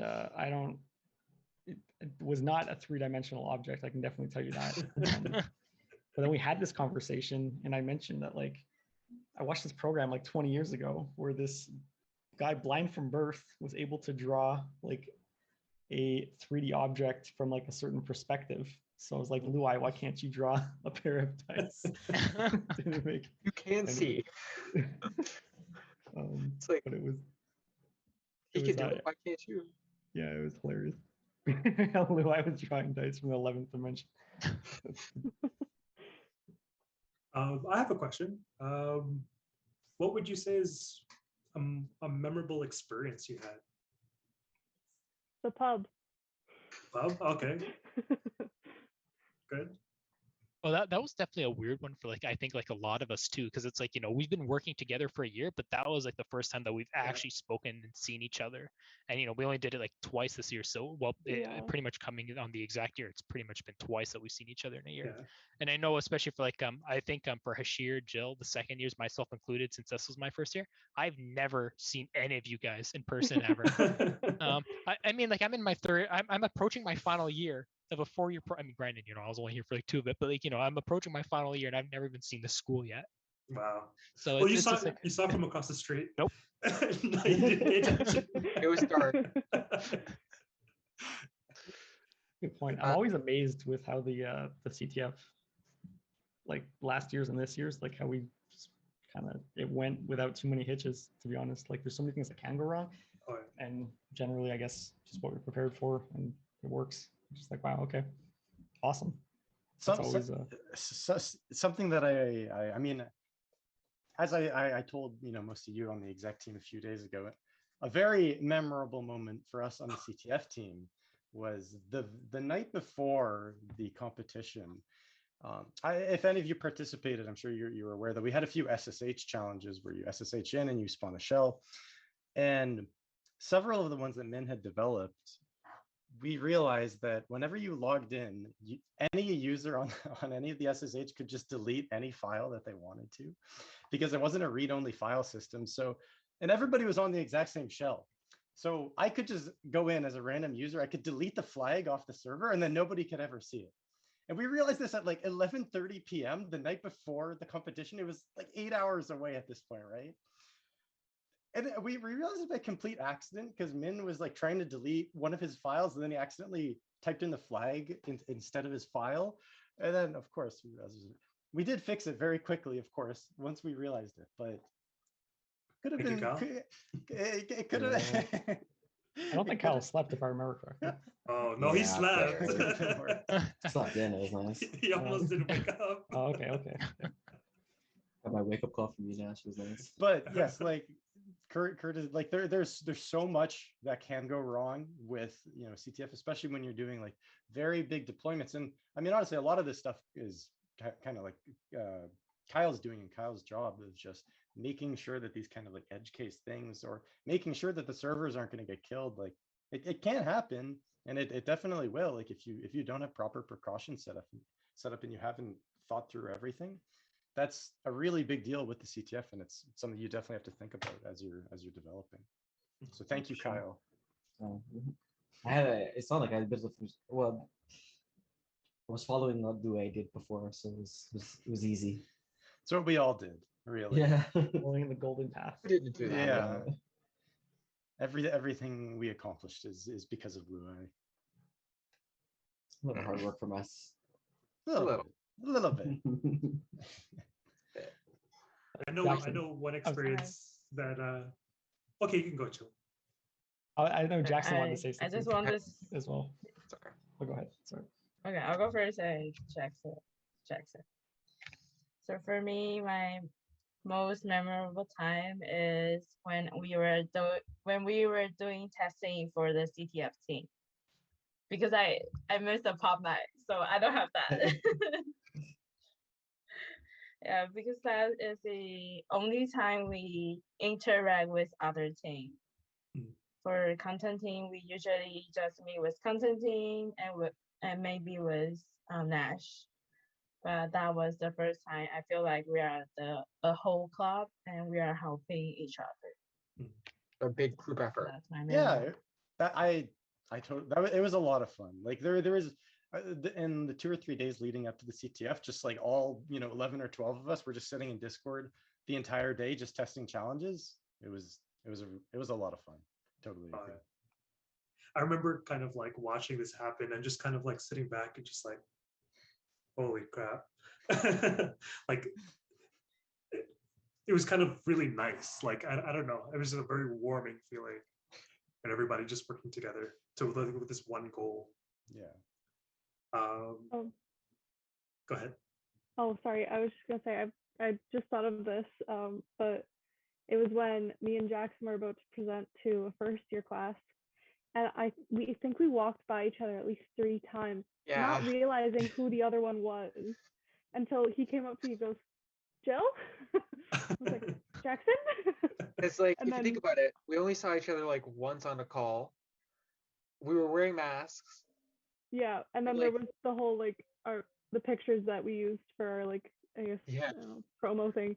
They were old pictures. Yeah, they didn't look like either of us. I'm pretty sure for the picture I used, I had short hair. Yeah. So we were yeah, that was funny. And my hair was a completely different color too. It probably didn't help. Yeah, that was funny though. And I remember, didn't you I think you had a monster or something? Yeah. And it exploded. It did. And it so hit the corner.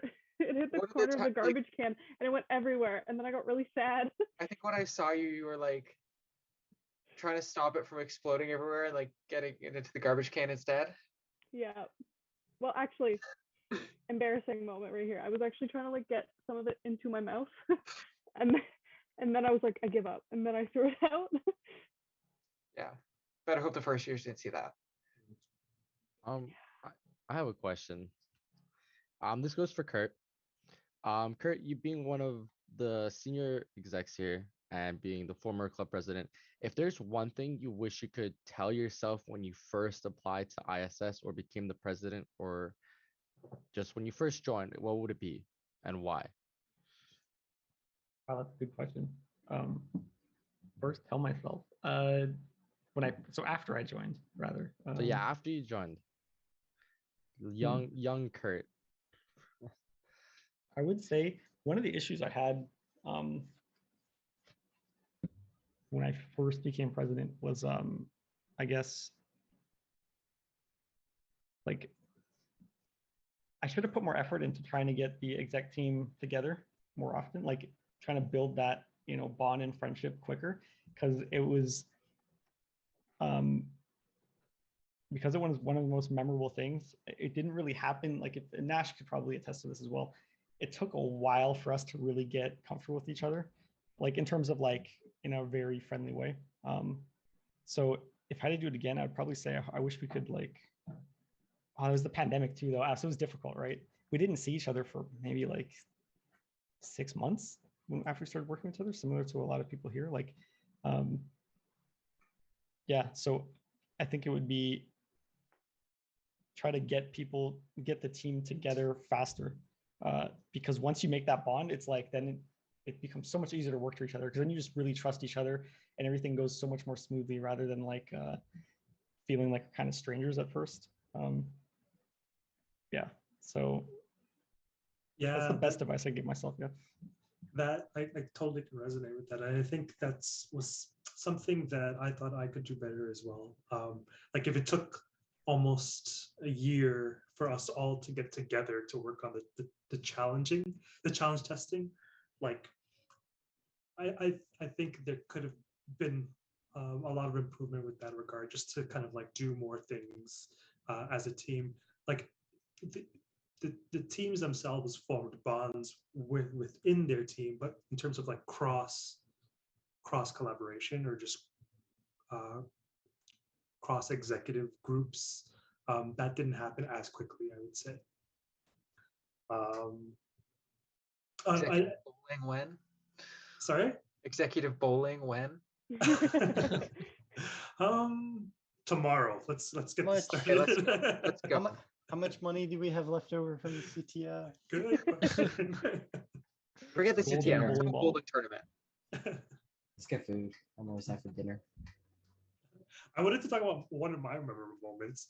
I think just to hop back to that original question. It was when we had the one cancellation and just my heart dropped. It was like 5 minutes before the I remember that. and I was just panicking. I was like, what the hell am I going to do? And just like everybody kind of got together in our private Discord channel. And then I think it was Connor actually, was like, hey, message Todd, see if he was available. And then I was like, yeah, okay, I'm gonna do that. Messaged him, and Todd was like, yeah, I'm down to help out. So I guess it was memorable for me, one, because we kind of like made it work, but two, it was like people care. People want us to succeed. People like, are looking out for our best interests. And it was kind of like, it's proved the point that what you're doing is impactful in a positive way, and people notice. So that for me was probably one of my most memorable. I think that was the first of the club. Sorry, Christian. I think it was the first of the club, right? Like first time canceling. Yeah. I don't think anyone's canceled on ISS before, like last minute at least. Mm-hmm. Yeah. I mean, that was unexpected, and it happens, and we sort of kind of planned for it in a way. Like it's always in the back of your mind that this is a possibility, but yeah, it was as I said, it was kind of nice to see that even though that happened, it still ended up working out. Yeah, I had just Todd is, so for this, Todd was one of the sponsors from KPMG. So him and another KPMG staff had actually just recently created like their own little cybersecurity community Discord. And I mean, I had joined it like 2 days previously, and I saw a message from Todd in it a couple days ago. He said, "Oh, I'm going to be doing a talk on day in the life of a consultant next week. So, you know, come at this day." 2 days later, you know, somebody cancels on our CTF thing. He was the only person I could think of that had like a prepared talk. I was at work, so I couldn't even message him myself. I just read the message in our exec channel saying that the thing had been canceled. I messaged Nash and said, "You could try him, maybe." Yeah. But yeah, we just got lucky. Yeah. Really. It's just a bunch of really lucky circumstances that worked out. Yeah, and I mean, to like add on to that, I guess one thing I would tell myself as well when I first started is that, you know, do your best, but if things go wrong, whatever. Like who cares? Like it's really it's a community run event. It's not like it doesn't in the grand scheme of things will go wrong and it's okay.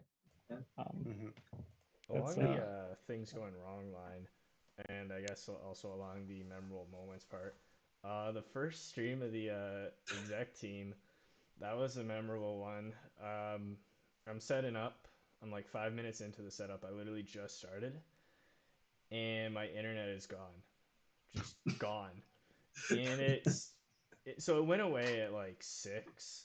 It came back at like 7 a.m. But yeah. So I guess the moral of the story and the lesson I learned from it was, you know, you got a full team here to help you out. I mean, Kurt, he stepped in. He streamed that day. Things went smoothly, and the next stream, you know, it was just back to square one, and things just kept going along. It's like we have a safety net. If we mess up, someone else can come help us. I remember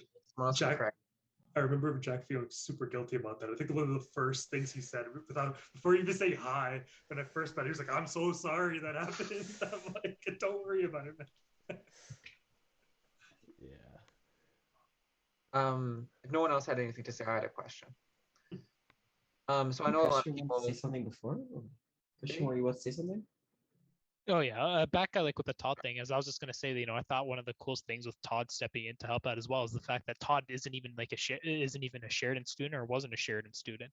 You know, he was from Seneca, and I thought it was really cool to see that, like, you know, is that the community had that, like, you know, at least like in outside of Sheridan students, is that other people thought, you know, there's value to this. People want to be a part of this, and I just thought that was really cool that we were able to reach to that extent where, you know, I think I showed that, or for me at least personally, I thought that was like one of the key points where it made us think this community is bigger than just Sheridan. This is like a Canada thing now. I mean, heck, we even have people I think from the UK and the US in here as well. Yeah, I've actually, I don't think I've told you guys, but I've had a few clubs that have reached out to me just to ask like how are we doing what we're doing? What's our secret sauce, right? And I was like, I don't know. I don't think any of us can like point out a definitive answer on that, but it's just kind of something special that I don't know. We're all... Nash, we'd say it's you. No, I just continued what we've built. Our successes were before my time for sure. And it's kind of, yeah, I don't know what to say. I think the response I gave them was just stay dedicated. Like, I think if we had an event and there was one person that showed up that was not an executive, the show still goes on. My expectation would be still deliver the news, the segment that we had, we would still deliver to that one person.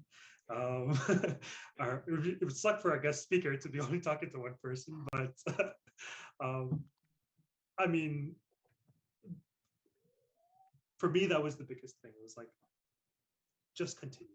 It doesn't matter if it's highly successful. If people don't come in the beginning, as you continue and keep that motivation and that momentum, it will happen.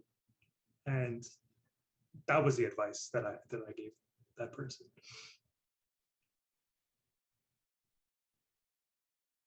Really cool.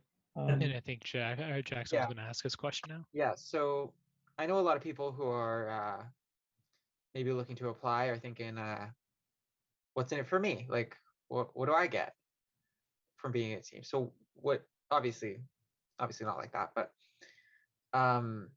so what? This is kind of to everyone. So what do you guys think was the biggest thing you got out of being an ISSessions executive? Answer that. So for me, in my case, I went from knowing nothing about the cloud to knowing what I would consider quite a bit, and that's just based on like a pure technical level of what I gained from the club. But outside of that, though, I also made I met some really cool people. Like everyone here, like I know they're like really hard workers, and it's a bunch of people that I really actually have become to trust over the last year. And yeah, that's what I got out of it. Yeah, I would say I already mentioned this, but like yeah, the friendships I made were honestly the biggest thing, because they opened up doors for my co-op. They opened up doors like for I guess the way I study and everything. Like honestly, the way I think about who I want to work with and like what I want to achieve. That all was changed by like my experience at the club for the better. Yeah. I think for me, sorry. I think for me, like similarly, well, the same as everyone else, like the friendships, all that. But like specifically, I'm gonna call out Pablo just because I remember it was like one of the first things I had to do was create a presentation for the first years, and Pablo really helped me out. And just every time he would go, "What up, it's your boy Pablo," and that just kind of really stuck with me. And also like, I mean, if this like amazing friendship isn't enough for you, just think of the resume boost. Yeah, I That mean, was a funny joke. I mean, I was about to mention something very similar anyway, but yeah, like as I mentioned back at the beginning of this thing, where I was talking about, I was thinking that I really wasn't actually interested in security anymore before I joined the executive team, like, and being a part of this club and developing the CTF, like it really reignited that passion that I had for the industry, and it made me learn so much more. And at least for sure, like our program is a great program for the stuff that I know that I'm interested in. Like we don't do a lot of that kind of stuff in our classes, so it was an amazing experience for me because it gave me like a very good, like tangible thing to work towards, to be able to do the stuff that I know that I wanted to do. And I mean, like, of course, the friends that, I mean, I was friends with most of these people that I'm very good friends with beforehand. I'm sure I would have been friends with you guys anyway, but it definitely built on the friendships, and it was an amazing experience. And we're all going to know each other for a very long time, because we're all going to be working in this very small industry in the same area for, the rest of our careers, right? But I mean, of course, like all of this, very friendship and that kind of stuff is well and good, but I vehemently believe there is nothing better you as like a first or second year can do. There's nothing better you can do for your career than joining this club and being an exec. Like, of course, I mean, having it on a resume looks really good. There's no beating around the bush. Like that is a fact. It looks extremely good on a resume. And I mean, just these kinds of connections, like you're going, at some point in time, you are probably either going to interview or you're going to get interviewed by somebody from our program. It could even be somebody that you were on the exec team with, or maybe you're working with them on another team, or maybe they give you a referral. Any of these kinds of things. This happens. Like, as security is not a big field. Like, there's not that many people in Canada or the GTA in this industry. Like, your connections really are everything. Yeah, kind of branching off of what Jill and Connor said, is like, it's like I don't think that we can even put into words like how amazing the connections are that you get out of being a club executive are. Like, and it's perfect that you're saying just like how small the industry is too, because I remember with our co-op course is when they brought in PwC, we were telling Steffi about the club. It's like, oh yeah, I used to be an ISSessions exec, and that it was just it was just amazing to see at that moment just like how many people may have even been part of the club or have heard of the club. Like it opens up doors for you both directly and indirectly. I mean, like for example, like there are so many CTFs that I only found out or clubs that I found out because of the fact that I was an exec.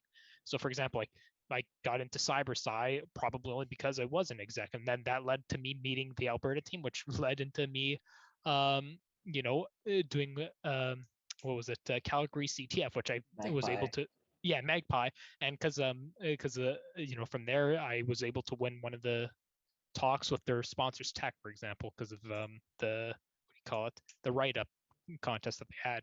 But it's like nuts with how many people that you meet out of this position, and like there are people from basically every corner of the industry: cloud computing, IT, offensive security, defensive security, pretty much anything you could ever want. There is a way for you to do that through the club.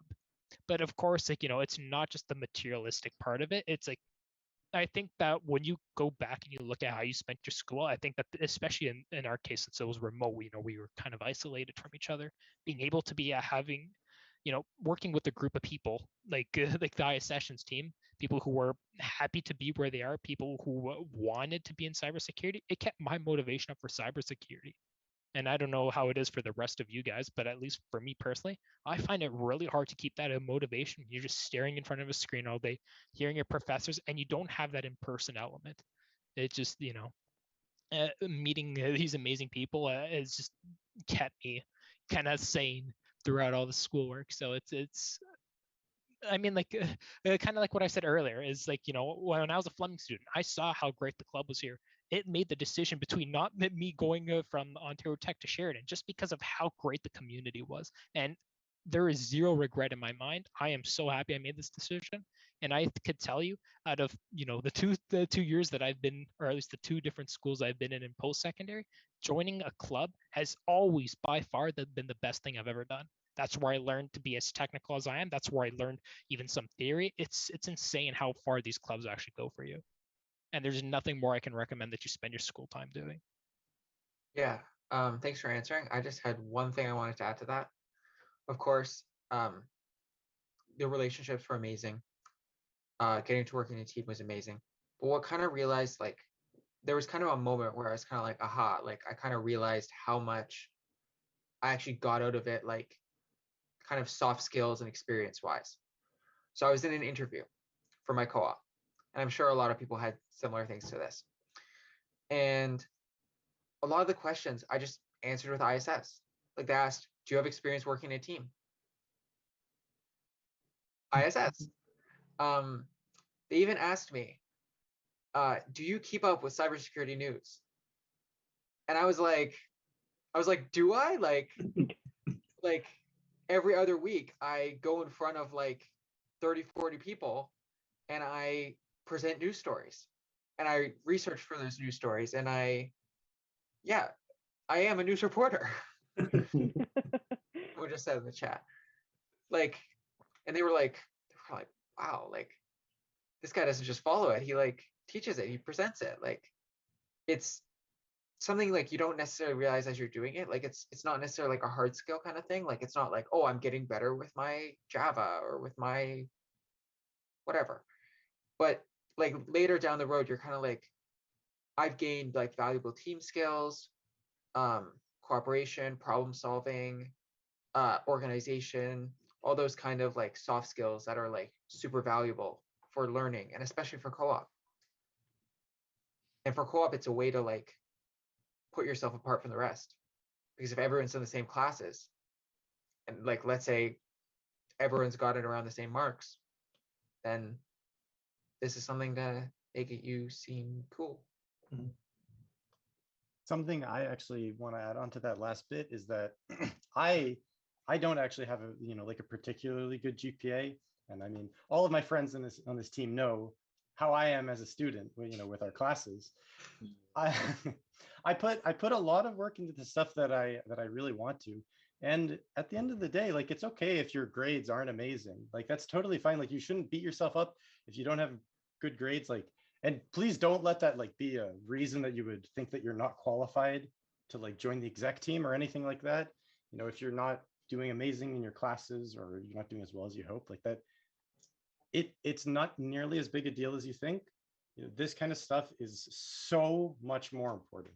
And the stuff that you will learn from being on this team is so much more important. Obviously, we are not endorsing failing. Don't fail your classes, please. Don't fail your classes, but yeah. And I guess I'll say my memorable experience. Sorry, not mine. What I'm walking out with. Sort of anybody sort of that's worked with me or kind of knew me in my classes. I'm very independent in my work. I'm good with working in a team environment, but I also like to work on things individually. And this experience, being as part of the exec team for 2 years, I'm walking out realizing why that might not always be the best frame of mind. Like,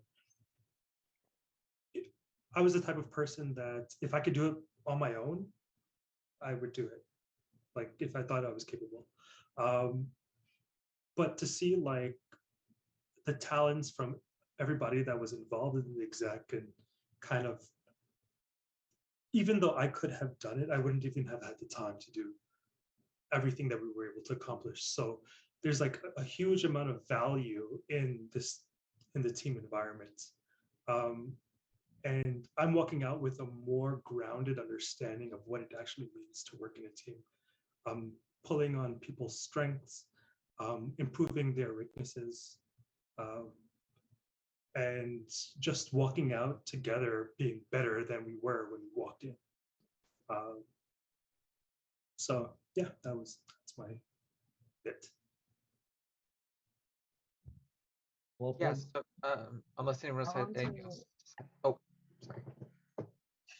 Okay. Yes. Sorry. Okay. I want to add to Connor say about like good GPA or bad GPA. Like contrastly, I from Connor, I got pretty good GPA, but I was only focusing on study when I was in second year and first year, and I found out that that's why I joined the club when I go into first year, because I found out that I only got the grades. I don't interact with other people. I don't have other experience. I don't do CTF. So I find out I missed a lot. So that's why I joined the club, and even though I have like good GPA. So I think either way, like you have good GPA or not, like join like club, you will benefit a lot. Completely agree. There was a question in the chat wondering about not attending ISSessions, and would that mean that he or she has lack of experience, kind of, I guess, disqualifying them as a potential candidate. I'd say no.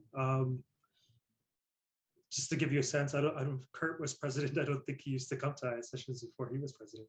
Correct me if I'm wrong. A few. A few. No, quite a few, but like it wasn't that regular. And I don't think, I would be interested to know why you don't attend. And then Right. maybe there's something else you'd like to see, and maybe something you contribute that would make other people feel the same, like that maybe felt the same way to attend. So at the very least, like just apply and tell us like what you'd like to bring to next year's ISSessions, right? And of course, there's a million reasons why you might not have attended. Like, could have been school, could have been you have a job, you have other responsibilities. Like, we're not going to hold that against you. Yeah, for sure. I mean, maybe our time schedule is bad for you, right? Like, there's things we like, yeah. Or maybe you just weren't interested at the time, and now you are interested. Could be that. That's They kind had of a prior commitment at the same time. yeah. That's kind of the boat that I was in. Like I I knew about the club. I mean, and you know, maybe you didn't even know about the club up until recently. I knew about the club like the entire time that I was at Sheridan. I just made a decision that I wasn't interested, and I never went to any of the meetings until the CTF. And I mean, I realized that this it's an amazing organization, and then you know I started participating more. Like, you definitely don't need to worry if you've only been to a couple.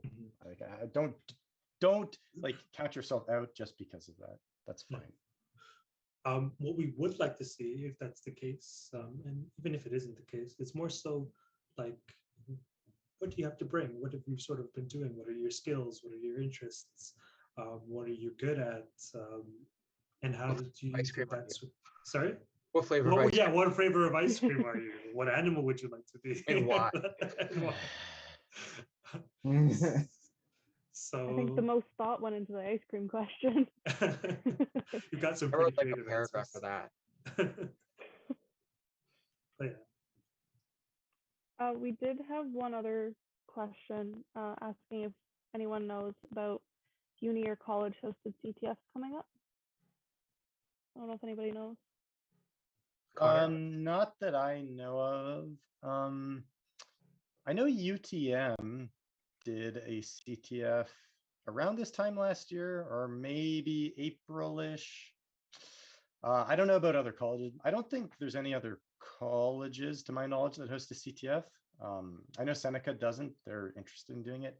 I think in Queens does, UTM does, Magpie or Calgary does, and we do. I don't really know about other schools in Canada that actually organize them. There might be some in the States. I know Mid knows. No, in the States there's a ton. I was just talking about in Canada. But what I would recommend is check out the website CTF Time. That one, it has basically like every CTF imaginable. And also, I don't know if Pico's done yet. I know Pico has been going on. Pico is amazing, especially if you're a beginner. It is 100% the best resource to use. It's extreme, like it's designed specifically for beginners, very similar like to ours. And you can find a lot of great online resources for it, you know, write-ups of previous challenges, so you can try to figure out stuff, or, you know, if you get stuck, because that's always the biggest thing. And that's definitely the best advice I could give to somebody that's trying to get into CTFs is, especially at the beginning, don't just like bang your head against stuff, because a lot of it is kind of, you just need to know of the existence of certain tools or certain methodologies or technologies. Just like read write-ups, you know, spend 15 or 20 minutes on a challenge, and then just go find a solution. And I mean, if it turns out, you know, you needed to know about something, what's the point of, you know, having wasted a few hours trying to mess around with it? That's what I did, at least. But whatever you want to do. And just to add on to that a little bit is I don't think that there will be any university or college CTFs outside of or inside of Canada that'll probably be running during this time, because I know most clubs which typically run these CTFs are now looking for their new team for the next year. So you're probably going to see them pop up. I think, at least personally from my experience, is that they mostly pop up around the winter.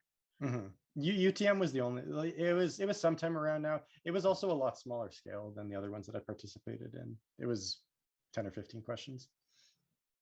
I have no idea if they're doing another one this year or not. I don't remember when we did Hack the Box, but I'm pretty sure that one was either early November, I think like around November or over the summer. But yeah, I think it was November. They'll probably have one over the summer too, because I know that they had Cyberpocalypse. It was either that they had Cyberpocalypse during around this time, or it was just after that. But I'm pretty sure it was around this time. But yeah, the Hack the Box, I would say, is also a good one. They tend to put out a whole bunch of these big events for CTFs too, so also keep your mind on, or an eye on that one as well. But yeah. Hack the Box. Oh, sorry. I was just gonna say, Hack the Box ones, they're really good. They're less beginner friendly than most CTFs. Like we solved what, like 4 or 5 challenges with our 10-person team back in November. Hack the Box is really hard. It's an amazing platform, but if you're a complete beginner, go somewhere else to start. Sorry, go ahead, Jackson. Yeah, I was just gonna say, obviously not like soon, but during the year, like we do have some CTFs that we kind of send a Sheridan team for that you can apply for. So if you're interested, like take a look next year. Like we did CyberSci, yeah, CyberSci. Too. Maybe we can finally win CyberSci next year instead of getting second 2 years in a row. If anyone has any questions, post them. If not, like if you're shy, feel free to message one of us. Like I know my like messages are always open. I'm always happy to answer. I'm sure a lot of us are. And yeah, The stream questions are always here. So yeah, exactly. Yeah, pick something an absolutely. hour from now. We'll answer questions if they should come up. Cool. Well, Yeah. Nash, did you explain what the community manager is? While I I don't was think we ever did that. break? oh yes, that's right. Yes, Right, please. yeah.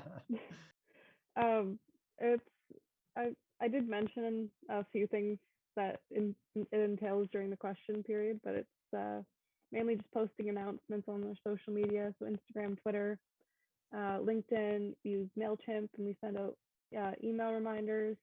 I use Discord. I send out Discord reminders, all that fun stuff. I speak to the first year classes, trying to get them involved in club. And I was like a main point of correspondence between the Mohawk club when we were doing our little partnership. Like we're still doing a partnership, but when we were setting it up, and I was emailing our CTF winners just to see which prize they wanted because they got to pick from two. It's not a huge like time commitment. Like it's not overbearing. Like I work 2 jobs on top of that and school. So if you want to join, but you don't think you can use like a full, like a heavy time commitment, this might be a position for you. Just to add on to that, even for like the content team from my end, I also was able to balance my work life, having 2 jobs, school life, and being a full-time committed to this like club. Again, there were some days where I'm like, sorry guys, I can't go out, but obviously that's with the commitment with this club. But I think everything's possible. If you're like committed to this field, you'll be able to balance anything. And it's great practice as well, especially when it comes to like co-ops or outside jobs. Like, hey, can you tell me a time when you had to balance work, school, jobs? Like, oh yeah, for sure. I'm part of the club. I work 2 jobs. I'm a full-time student. It's great experience, especially doing it now in school and figuring out what you're good at and what you're not good at, especially when time management. Better to find out now in school when you're not getting paid and it's okay to mess up than maybe when you're in a co-op being paid a decent amount of money and obviously you want to do well, represent well for you and the school. So this is definitely a great way to figure out what works for you guys. But yeah, I think I got asked that question in every single interview, and I always answered with ISSessions. Same. Yeah. Another thing I'd just like to add on to Pablo's point is like with time management, like none of the things we do are just one person doing it. Any of the workshops we did, any of the CTF, any of the segments, like we have teams for this. So it's not you have to create this whole presentation yourself. It's that let's say you have to create a fifth of it yourself. So that's much more manageable. Like for the content team, we always used to split our things into 5, and then we would put it on a wheel. Christian always pulled up a website with a spin the wheel, and we would put all our names on it because we were all like too nice to be like, I want this one. No one else can have it. So we just did it randomly, and it was like, okay, it landed on Pablo. He can choose first. Or it landed on me. I can choose first. So it's just like, yeah, it's a lot more manageable with a team. I'd rather do that than do it all myself. I would not sleep. Yeah. Do we have any more questions? It just kind of like a side note since I know it kind of long past it, but since we mentioned Hack the Box CTF, I just wanted to put in a note. We got like 7 out of I think like 20 or 30 something questions, and we still made it in the top 100 out of I think like maybe like 2,000 different schools. That's a hard one for sure.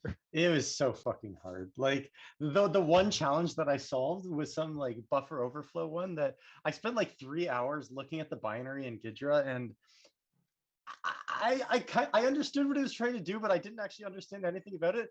And I gave up and I just started like spamming inputs into the thing and I just got lucky. And it just happened to work properly. That CTF is extremely hard. And this was a uni one too that we were participating in. It was specifically for unis and it was teams of 10 people. Yeah, it's very hard. It's also great that you mentioned the 10 people because it's not like one of your standard CTFs that are like 3 to 5 people. It's 10 people. It's a lot of people, right? And it's not like any of us we're not like new people to CTFs. Like most of us had a lot of experience. Yeah, that one was absolutely ridiculous. I don't even want to do it next year. It's too much. I remember I was looking at one like crypto challenge for like 3 days. And I was just like, I don't really know much about the other categories. I'm just gonna like slam my head into this one. I think SK eventually solved that one, right? Yeah. He solved that guy is a machine. Yeah, he solved a couple of them. I think we're about out of time. Going to 9:30 soon. Kyle looks like he's about to fall asleep. I'm here. I don't want to keep you too long. But yeah, so I'm gonna start wrapping it up. Yeah, thanks everybody for coming. Thanks the whole exec team for providing as much support and effort you put into this club for last year. That's, as I said, it's been amazing to see. Thanks for the community, the people that showed up today to see us talk, and the people that watch it after. Please apply. Doesn't matter if you have no skills, like apply and then talk about what skills you want to build, to be honest. Like we'd love hearing that. That's honestly like a huge thing too. And yeah, I think that's about it from me. Nash, if you want to sign us off. Yeah, no, again, as I sort of said and Kurt just said as well, yeah, don't ever feel like you're not capable of it. The only thing holding you back is really just yourself. So the opportunity is there. We're here to help. So yeah. Take care, everybody. See you soon, I guess. Yeah. Thanks for coming. Bye. Bye. Apply. Apply. Bye. Apply. Bye. Or gonna be mad at you.